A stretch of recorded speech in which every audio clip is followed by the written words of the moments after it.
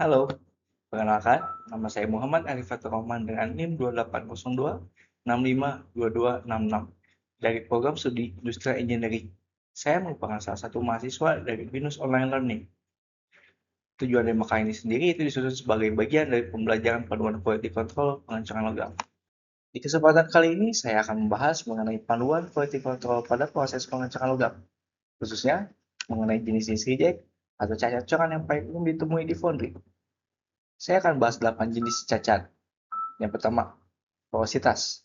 Kedua, rongga penyusutan. Ketiga, blowhole. Keempat, cold shot. Kelima, misrang. Keenam, cacat pasir. Dan berikutnya ada retak. Dan juga yang terakhir itu ada flash atau sirip. Untuk setiap jenis, kita akan bahas apa itu cacatnya, apa penyebab utamanya, dan bagaimana cara pencegahannya. Tujuannya supaya tim produksi dari quality control punya pemahaman yang sama, sehingga reject rate bisa ditekan secara konsisten. Selain itu juga menambah pengetahuan bagi masyarakat awam.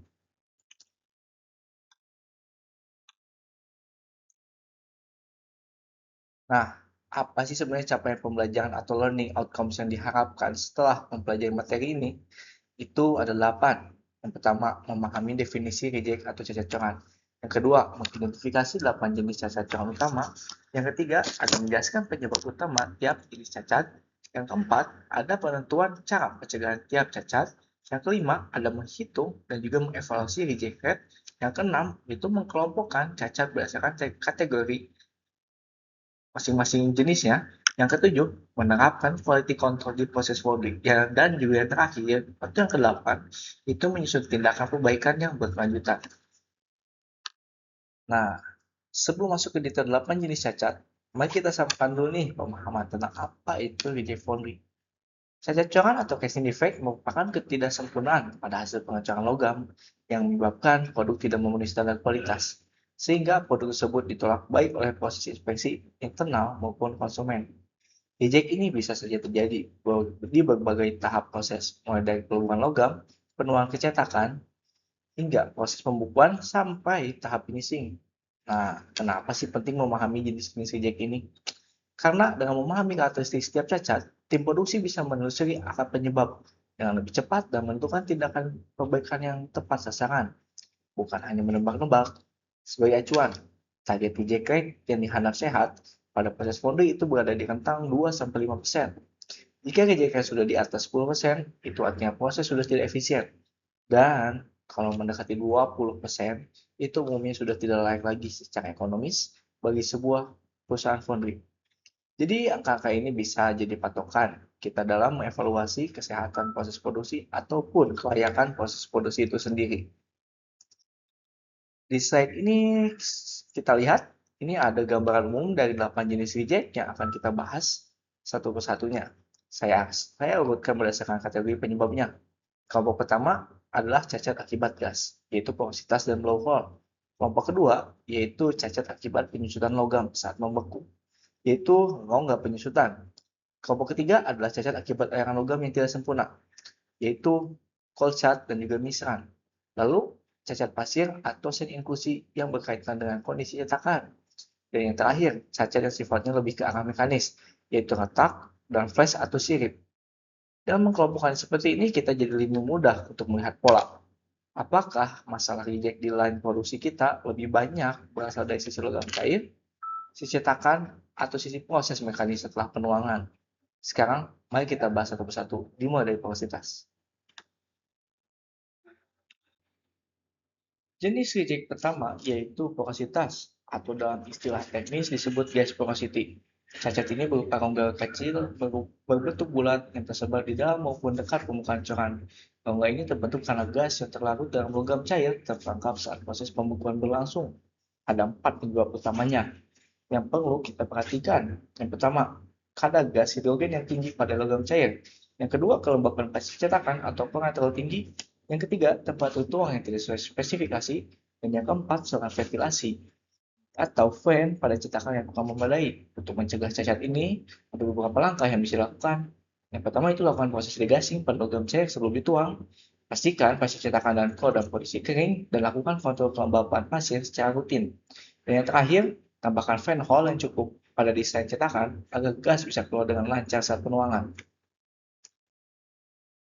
Jenis hijau kedua yaitu merupakan rongga penyusutan atau shrinkage cavity. Berbeda dengan pausitas yang berbentuk bulat kecil, rongga penyusutan ini berukuran besar dan bentuknya tidak beraturan. Cacat ini muncul di bagian coran yang membeku. Paling akhir ya, perlu ditandai akibat penyusutan volume logam ketika berubah dari fase cair ke padat tanpa ada suplai logam tambahan untuk mengisi kekosongan tersebut. Penyebabnya sendiri itu ada seperti ukuran atau posisi riser atau penambah yang tidak memadai. Berikutnya ada desain sistem gating yang kurang tepat. Lalu ada ketebalan penampang coran yang tidak seragam, serta arah pembukuan yang tidak terarah atau non-directional. Untuk pencegahannya sendiri, ini kita perlu merancang riser dengan ukuran dan posisi yang tepat, menerapkan prinsip directional solidification supaya arah pembukuan terkontrol, lalu menggunakan chill untuk mempercepat pendinginan di titik-titik lokal tertentu, dan menghindari perbedaan ketebalan penampang yang terlalu ekstrim pada desain produk. Selanjutnya yaitu ada blowhole atau dikenal dengan gas blowhole. Cacat ini mirip dengan porositas karena sama-sama disebabkan oleh gas, namun ukurannya relatif lebih besar dengan dinding rongga yang halus dan juga mengkilap. Blowhole umumnya terletak dekat dengan permukaan coran atau terbentuk dari gas yang terperangkap di antarmuka secara cetakan dan logam cair. Penyebab utamanya sendiri ini meliputi permeabilitas pasir cetakan yang rendah, kadar air pasir cetak yang berlebih, bila pasir menghasilkan gas berlebih saat kontak dengan logam panas, serta sistem ventilasi cetakan yang kurang baik. Lalu cara pencegahannya yaitu dengan memperbaiki permeabilitas dan sistem venting pada cetakan, mengurangi kadar air pada campuran pasir, mengurangi binder dengan tingkat gas evolution yang rendah, dan juga meningkatkan permeability pada core.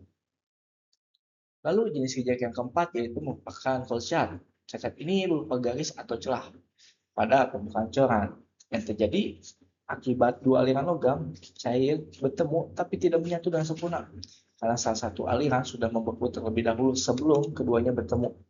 Penyebabnya sendiri bisa karena temperatur tuang yang terlalu rendah, laju penuangan yang terlalu lambat, desain inget atau gating yang menyebabkan aliran logam tersebut terpecah menjadi beberapa jalur, atau penampang coran yang terlalu tipis sehingga logam cepat mendingin. Untuk pencegahannya sendiri, kita bisa menaikkan temperatur tuang atau pouring temperatur sesuai dengan spesifikasi yang ditentukan. Lalu mempercepat laju penuangan logam cair, memperbaiki desain sistem saluran atau gating system, dan menambahkan inget pada area-area yang kritis agar logam bisa mengisi dengan lebih merata. Lalu jenis yang kelima yaitu mistan atau sering juga disebut kurang tuang. Pada cacat ini, coran tidak terisi penuh, sehingga bentuk produk akhirnya tidak sempurna. Ini terjadi karena logam cair sudah membeku terlebih dahulu sebelum sempat mengisi seluruh rongga cetakan. Penyebab utamanya sendiri yaitu fluiditas logam cair yang rendah, temperatur yang kurang tinggi, penampang coran yang terlalu tipis, dan sistem saluran tuang yang tersumbat atau tidak lancar. Untuk pencegahannya kita perlu mengontrol temperatur dan komposisi logam cair dengan baik, memperbesar ukuran inget atau ranah terutama pada bagian-bagian tipis, lalu mempercepat kecepatan penuangan dan mengoptimalkan desain produk agar aliran logam lebih bisa merata ke seluruh logam cetakan. Berikutnya yaitu cacat pasir atau dikenal dengan sand inclusion. Cacat ini terjadi ketika partikel pasir cetakan atau kotoran seperti dross dan terap yang ikut terperangkap di dalam coran. Secara visual, cacat ini tampak seperti bercak atau rongga yang tidak beraturan dan terisi material asing. Penyebab utamanya yaitu kekuatan tekan atau CS atau compressive strength, pasir yang rendah, penanganan cetakan yang kurang hati-hati, turbulensi aliran logam pada sistem gating dan juga rongga cetakan yang tidak dibersihkan sebelum ditutup. Cara pencegahannya antara lain dengan meningkatkan compressive strength pasir cetak, itu merancang gating sistem yang laminar atau non-turbulent, lalu membersihkan rongga cetakan sebelum penutupan atau join, dan menggunakan filter atau strainer pada lubang saluran tuang untuk menyaring kotoran sebelum masuk ke rongga cetakan. Dan yang ketujuh itu yaitu jenis reject atau cacat cetak atau crack. Cacat ini terbagi menjadi dua, hot tear dan hot tear yang terjadi saat proses pembekuan akibat tegangan thermal, dan cold crack yang terjadi setelah coran dingin akibat tegangan sisa yang berlebih. Penyebab utamanya sendiri ini meliputi perbedaan laju pendinginan antara bagian coran, perubahan penampang yang tajam pada desain produk, aset cetakan atau core yang kurang fleksibel sehingga menahan penyusutan dan logam, serta penanganan yang kasar saat coran masih dalam kondisi panas. Untuk pencegahannya sendiri, kita perlu menghindari perubahan penampang yang tajam dengan menambahkan fillet atau radius pada desain, menggunakan pasir atau core yang collapsibility-nya baik, mengontrol laju pendinginan agar merata di seluruh bagian coran, dan menangani coran dengan hati-hati selama masih dalam kondisi panas atau berwarna merah. Dan yang berikutnya ini ada reject flash atau sirip. Dalam istilah teknis disebut dengan fin. Cacat ini berupa kelebihan logam tipis menyerupai sirip yang terbentuk pada garis pisah atau pating lain cetakan. Akibat dari logam cair yang merembes keluar melalui celah pada cetakan. Penyebabnya sendiri antara lain penjepitan atau framing cetakan yang kurang kuat, keausan pada permukaan pating lain cetakan atau dies, tekanan penuangan atau injeksi yang terlalu tinggi, dan kondisi cetakan yang sudah aus atau tidak presisi lagi. Cara pencegahannya sendiri yaitu dengan memperkuat sistem clamping atau penjepit cetakan, melakukan perawatan dan penggantian cetakan yang sudah aus secara berkala, lalu mengontrol tekanan, tuang, atau injeksi sesuai spesifikasi, dan memastikan permukaan pating lain dalam kondisi rata dan presisi. Sekarang kita lihat ringkasan perbandingan dari ke-8 jenis reject yang sudah kita bahas. Tabel ini mengelompokkan setiap jenis berdasarkan kategori penyebab utamanya, beserta penyebab kuncinya. Kita bisa lihat, porositas dan blowhole masuk kategori cacat gas, lengkap penyusutan masuk kategori cacat penyusutan, cold shot dan miskan masuk kategori cacat aliran logam, cacat pasir masuk kategori cacat cetakan, sedangkan retak dan flash masuk kategori cacat mekanis.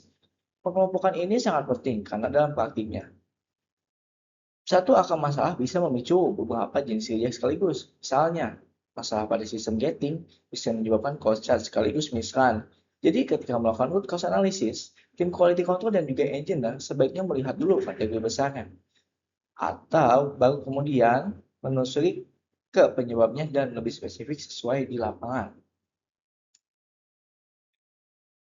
Sebagai penutup, kualitas coran itu dimulai dari pemahaman cacatnya, deteksi dini melalui inspeksi yang konsisten, analisis akar masalah yang tepat, dan tindakan pencegahan yang dijalankan secara disiplin adalah kunci untuk menekan reject rate di proses foundry. Dengan memahami ke-8 jenis cacat yang sudah kita bahas tadi, beserta penyebab dan cara pencegahannya, harapannya tim produksi, quality control, hingga awam bisa bekerja sama lebih efektif dan juga menjadi ilmu yang baru dalam menjaga kualitas produk. Terima kasih atas perhatiannya. Saya Muhammad Fatur Rahman. Sekian.